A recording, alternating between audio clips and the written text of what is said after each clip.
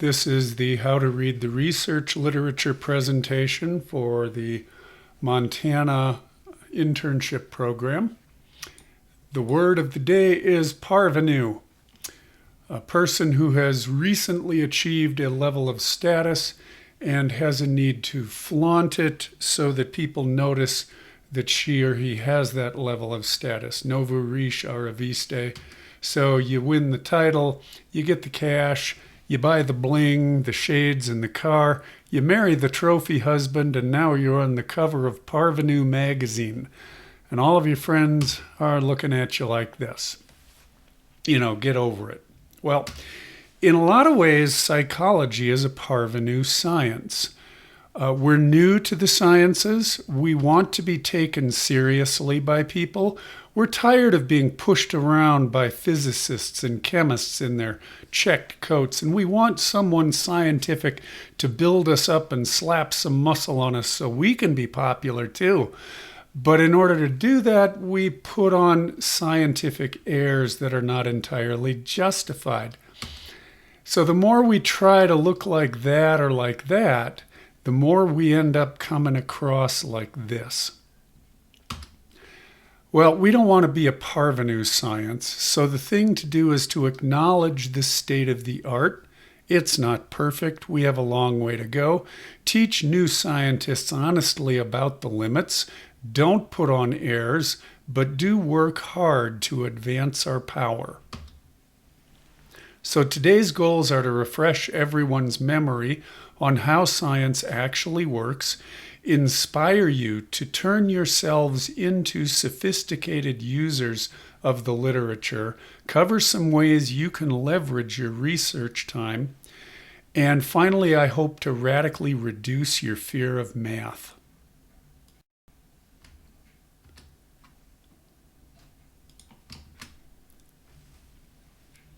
So why do we need science anyway?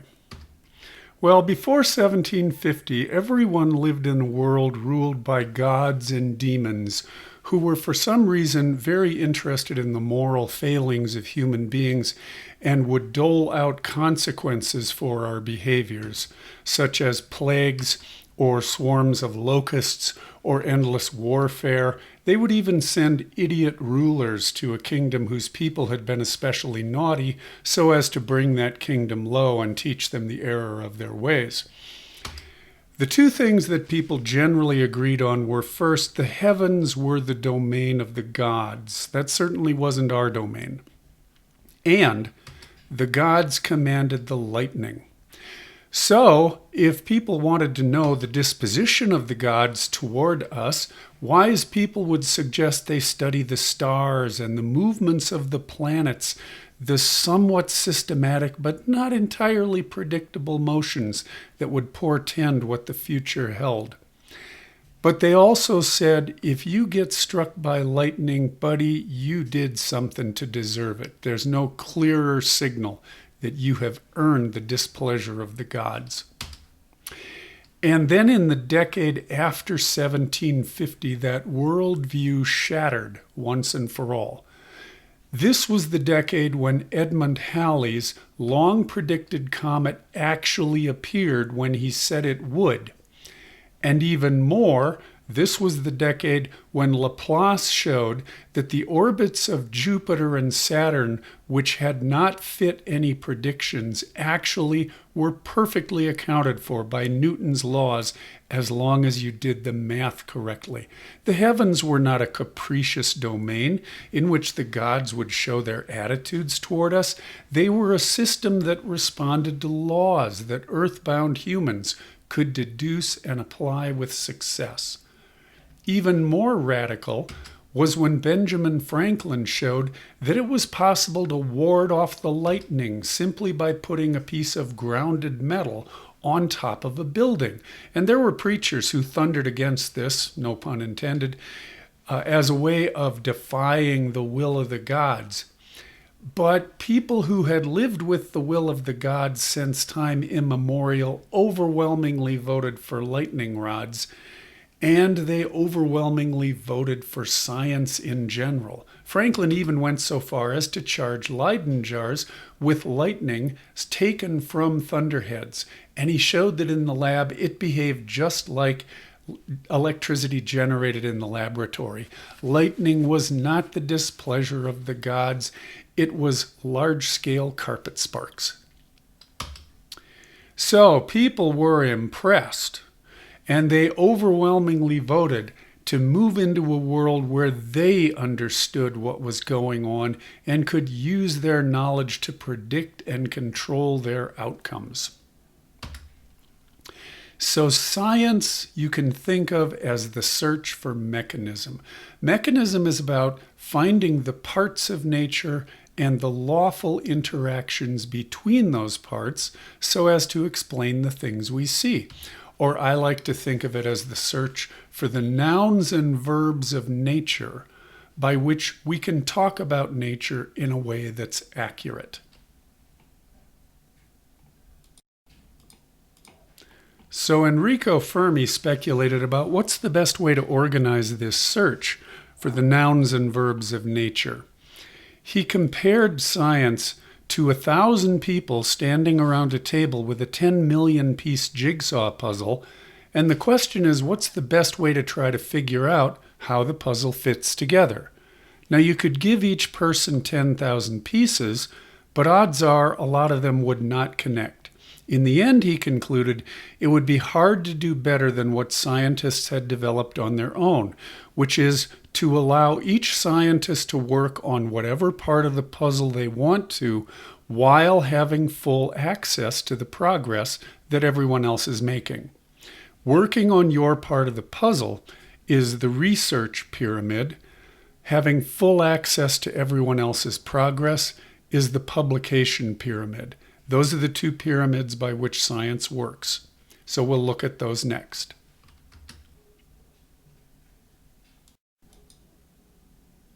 The research pyramid begins with observations. Lots and lots of observations. There are examples in your handouts. After scientists do a lot of observations, they start to notice connections between things. And they want to understand why those things connect that way. So as the Nobel laureate Richard Feynman said, they make a guess as to why that connection exists in nature. We like to sound smarter than we are, so we call our guesses hypotheses, but they're guesses, make no mistakes about it. And then we design an experiment to test the guess and determine whether we can keep it or whether it does not fit the data. After we've collected a number of successful guesses, we weave them together into a story of how nature works. We call our stories theories so that we'll sound smarter, but they're stories. The observations are boring, tedious, and they are the foundation of knowledge. It's hard to want to do those, but that's the essential part of science. The story is what everybody wants, and some people try to leap to a story without doing the observations. You can't do that. So after the death of Stephen Hawking, probably the most famous living scientist is Jane Goodall, and she never did a hypothesis test in her life. All she ever did was hang around with chimpanzees, observing how they acted and taking notes. And that was enough to make groundbreaking observations. So groundbreaking that many people said she must have somehow contaminated the chimps with her presence, but later observers have confirmed what she found. In fact, her simple observations were so critical to science that she's one of the few people to earn a PhD without ever getting a bachelor's. Well, John Gottman did a lot of Jane Goodall science himself. He wanted to understand why couples sometimes succeed and sometimes fail. So he took thousands of them into his laboratory to study their interactions, and he began to notice some connections.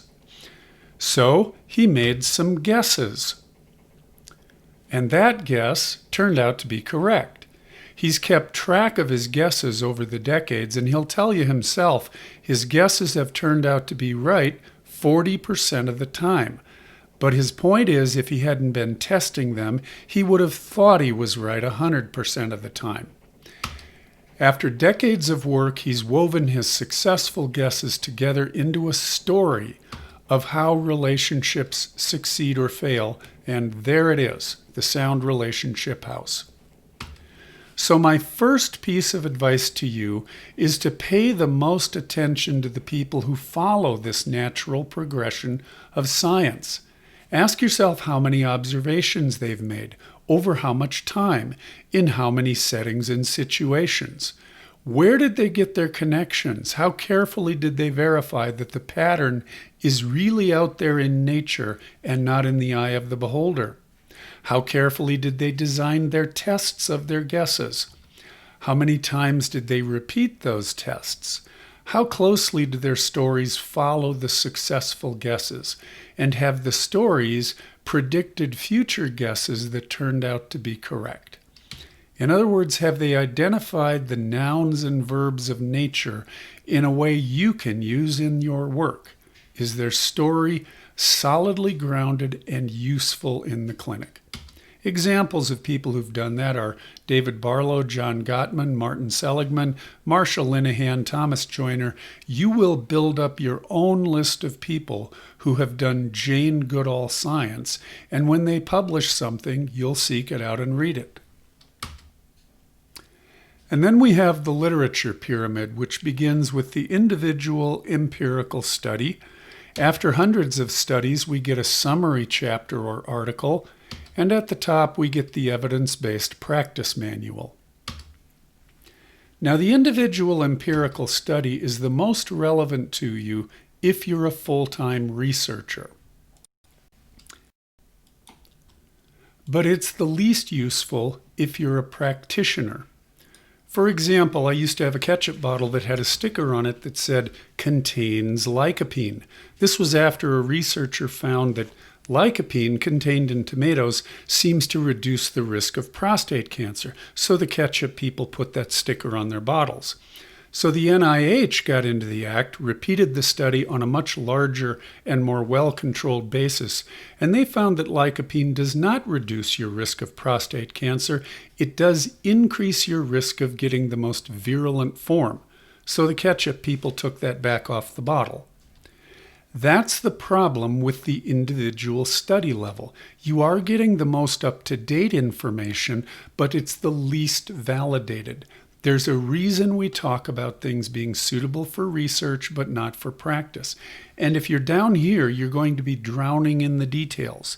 If your professors taught you to read every study, that's because your professors are researchers. If you're a practitioner, this is not where you want to be spending your time. The summary article is much more useful if you're in practice. And remember, there are multiple levels here. An empirical treatise at the top, a single topic review below that. If you go to PsycInfo or Google Scholar and get a bunch of abstracts around keywords, that in and of itself is a brief summary article that you generate for yourself. At the top, the evidence-based practice manual is where you're most likely to get information about the mechanisms in a way that you can use. So my second piece of advice is read the literature from the top down. Begin with an evidence-based practice manual.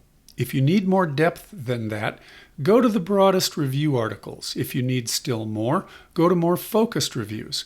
Rarely do you need to go all the way down to the individual article. But if you do, reading the literature this way will home you in on exactly those individual articles that matter to you. Exceptions to the rule: if there's a study that is unusually rigorous, you may want to read it. Or if it's the first study in a new area that's relevant to you. Or if it develops a new measuring tool. Or if you want to learn about an unfamiliar research method, then you may want to be at the bottom of the pyramid.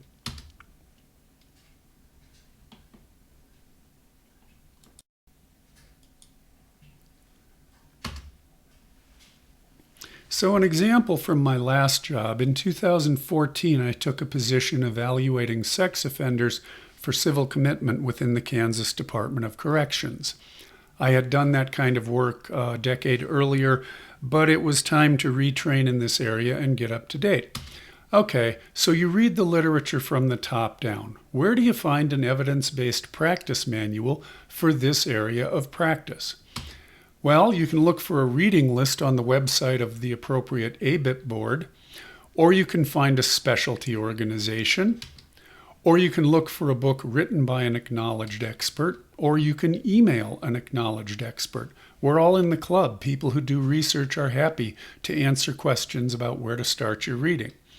So I went to the website and I found a reading list that had 3 manuals, a chapter in this book, a chapter in this book, and this standalone volume.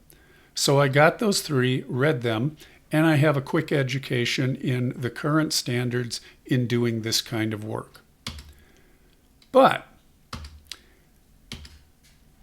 the sources recommended using 2 different kinds of tools: actuarial measures, which classify offenders into higher and higher levels of risk of reoffending, and structured professional judgment tools, which analyze the person as an individual case.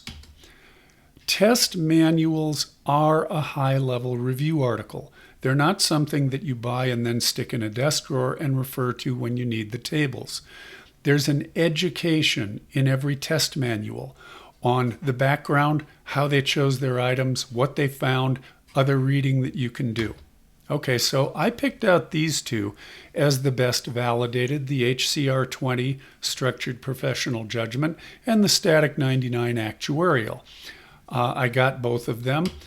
The HCR was pretty straightforward. The manual explains how they identify the 20 variables that predicted violence. They had a summary article on their website that matched each variable to those studies that backed it up. I downloaded that, I looked through it to verify plausibility, and filed that away in case I needed it, read through the manual, took a webinar from the developers on how to use it, and I'm pretty much ready to go with the HCR 20. The static presented a different problem. The manual says that their 23 normative samples do converge on relative risk levels. That is to say, the higher you score, the higher your category of risk. But they do not converge on an absolute risk level. That is to say, if you have a score, an average score, which is 2, exactly how likely are you out of 100 to reoffend? So I need to drop down another level from this manual. So you read a targeted summary. This is the article that described their 23 different normative studies, and I got that and read through it. It is homogeneous for relative risk, but heterogeneous for absolute risk. So I looked through the article and I like graphs. Pictures help you to see what you didn't expect. Here are their 23 studies with the point estimate of reoffense risk as a box and standard errors as whiskers. Now, if you just look at that, some things might stand out to you. They don't look all that random to me. Rather, it looks like there are some studies that are problematic, but the rest of them converge on a number somewhere around 15% reoffense risk overall in this population. Okay, so now it's time to think about looking at some of those individual studies. Now I know which ones to look at. Okay, so I got 4 of them that looked like likely outliers. A review showed me ways that each of them differed from the rest, and the rest suggested a repeat offense rate around 10 to 15%. So here's their summary table of the 23 normative studies. You've got the study authors here. You have the mean and standard deviation of static 99 scores. You have the years of follow-up. You have the overall offense rate, the 5-year offense rate, the 10-year offense rate. So looking at this and thinking about it, I thought, let's think rationally. What variables in that table ought to predict more reoffenders? Well, obviously, if you're following more guys, you're going to get more reoffenders. Okay, but set that aside for now. That's not what I'm looking for. If a study has a higher average static score, it ought to find more reoffenders. Or if you simply watch them longer, you ought to get more reoffenders. So I created a statistic myself, the static year. It's like the pack year in smoking research. How high was the average static score multiplied by how long did you watch them? It seems like if this tool makes sense to use, the higher this number is, the more repeat offenders you should get. So let's graph it. On the horizontal, we have the static year for each study. On the vertical, we have the percent of offenders who reoffended. And again, if you just look at this picture, there are some dots that stand out as those need further inspection. So I put on a regression line, and then I did an amateur Cook's D, basically. I took out each of the studies one at a time to see where the regression line landed if I removed that one study. It's influence statistic. And along the left, we have a stem and leaf plot of the regression that I found with just 22 studies. So there was one study where the regression dropped to 0.31. There were a bunch of them around 0.48. There was one where if I remove that one study, the regression leaps up to 0.74. And then there's one at 0.55, one at 0.52. Now, does it shock you that they match up this way? Of course not. Those are the ones that look like plausible outliers. Okay, so I obtained what I could on those 4 studies. That one is a retrospective study of North Dakota sex offenders done as a doctoral dissertation for an online university based in California with the supervisor living in Brooklyn, New York. Okay, there's something just plain goofy about that one. This one is an unpublished UK master's thesis. I can't find out more about that one. This one is 100% German sexual murderers. It's not a general sex offending population. That one is a retrospective forensic psychiatric study. And the main issue with that one is that they simply followed their offenders much longer than anybody else ever did. Okay. So I'm going to remove those 2 and calculate an R, and I get 0.823. And now I'm going to remove those 2 and calculate an R, and I get a 0.815. So my conclusion is, when I go on the witness stand, I can credibly argue that the static 99 accounts for about 64% of the variance in whether or not someone is going to reoffend, as long as you consider how long you want to watch them for. And those studies are the 4 with the biggest populations. And these 6 are the ones that were published in peer-reviewed journals. Okay, a bit of peer norming for you. When I do reading, most of what I read is books and chapters, not articles. And many of the articles I read aren't in my primary area of practice. They're interesting hits from top journals. So about every 3 to 6 months, I go out to PsycInfo. I buy the APA database every year, and I look through the table of contents of some high-quality journals, looking for titles that strike my fancy. Nobody is ever going to make you read stuff again. So trust your fancy. If you're intrigued by a title, it's something that you're interested in and motivated to learn about. When you're in practice, reading for breadth is more important than reading for depth. And don't ignore popular press books. Like these, you'll find your own list of popular press authors you want to stay in touch with. So, for example, I was reading a book on human prehistory and found this graph showing the development in working memory span from chimpanzees through to modern humans. And I thought, wait a minute, how do you measure working memory span in a chimp? How do you measure it in an extinct species? There's nothing about this in the neuropsychology literature, so I tracked it down through Google Scholar in the anthropology and archaeology literature. I found 2 review articles, and the way you do that is to search on the keyword review. And I read those 2 articles and learned a lot about what working memory is, enough that I now give some tests in a different manner than I used to and look for different things in how the person achieves the task. There are also bad reviews. And the way that you can identify a bad review is that it gives you no sense of a big picture, the mechanism by which nature works. That's what you're looking for.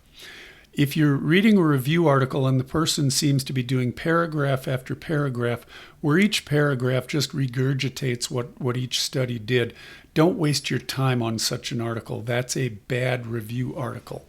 You're looking for one that does integrative work.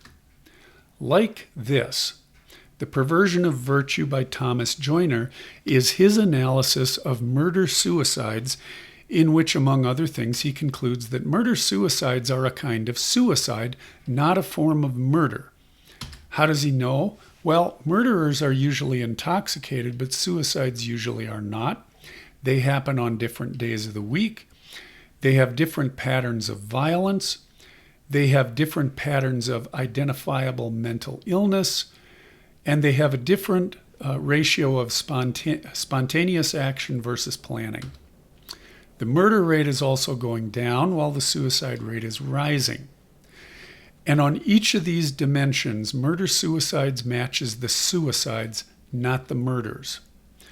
So some of his points are that if you want to assess for murder-suicide risk, you want to assess for suicide risk, not murder risk.